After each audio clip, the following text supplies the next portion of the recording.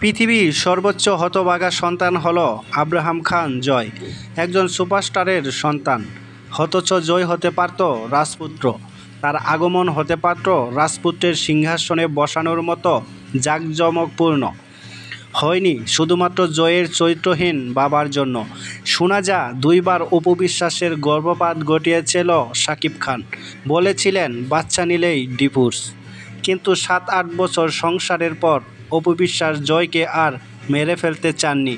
ফুটফুটে মাসুম বাচ্চাকে পৃথিবীতে এনেছেন। আর প্রেগনেন্ট অপু বিশ্বাসকে কলকাতায় রেখে সাকিব বুবলির সাথে সাপ লুডো খেলা শুরু করেন। বুবলি বাড়িতে নিয়ে ফ্যামিলি টাইম কাটান, আর সাকিব বুবলির দাবিতে পড়ে বলে গর্বের সাথে ইন্টারভিউ দিয়ে ফ্ল্যাক্স নেন। অপু যখন দেখেন সাকিব বুবলিকে বিয়ে করার প্ল্যান করছে, এদিকে কয়েক মাসের সন্তান জয়কে সে মেনে নিচ্ছে না, তার সাথে যোগাযোগ বন্ধ করেছে, তখন সে অসহায় হয়ে টিভি চ্যানেলের সামনে আসে। কিন্তু কেন আসে? কারণ অপু সাকিবকে ফোন দিলে সে ধরত না। সাকিবের বাড়িতেও অপুর প্রবেশ নিষিদ্ধ ছিল। এমনকি সন্তানের দেখভালের দায়িত্বও সাকিব নেয়নি। অথচ বিয়ের আগেই বুবলির পরিবারের সমস্ত দায়িত্ব বহন করা শুরু করেছে। তাহলে অপু বিশ্বাস কী পেল?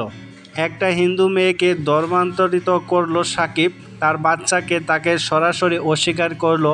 চাপে পড়ে বাচ্চাকে মেনে নিলেও অপুকে প্রথমে অস্বীকার, পরে ডিভোর্স দিল। তার ক্যারিয়ার গেল, ধর্ম গেল, সমাজ গেল, সংসার গেল, সব কেড়ে নিল বুবলি আর সাকিব খান। জয় তার পিতৃপরিচয় পায়নি। এই ভিডিও সে বড় হয়ে নিশ্চয় দেখবে তার মা টিভিতে কেঁদে কেঁদে তার অধিকার চাচ্ছে, তার বাচ্চার স্বীকৃতি চাচ্ছে। অথচ বীরের বেলায় সে নিজে পোস্ট করে বুবলিকে এখনও জড়িয়ে ধরে। শুধু অপু আর জয়ের বেলায় এমন নোংরামি।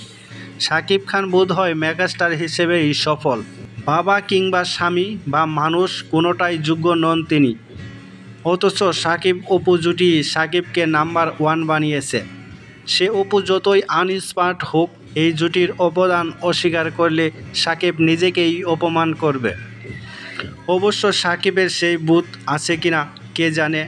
মাঝখান দিয়ে বেঁচে গেল পূজা চেরি। তাকে নিয়ে ওঠা গুজব সত্যি হলে তার পরিণত অপু বুবলির মতোই হতো।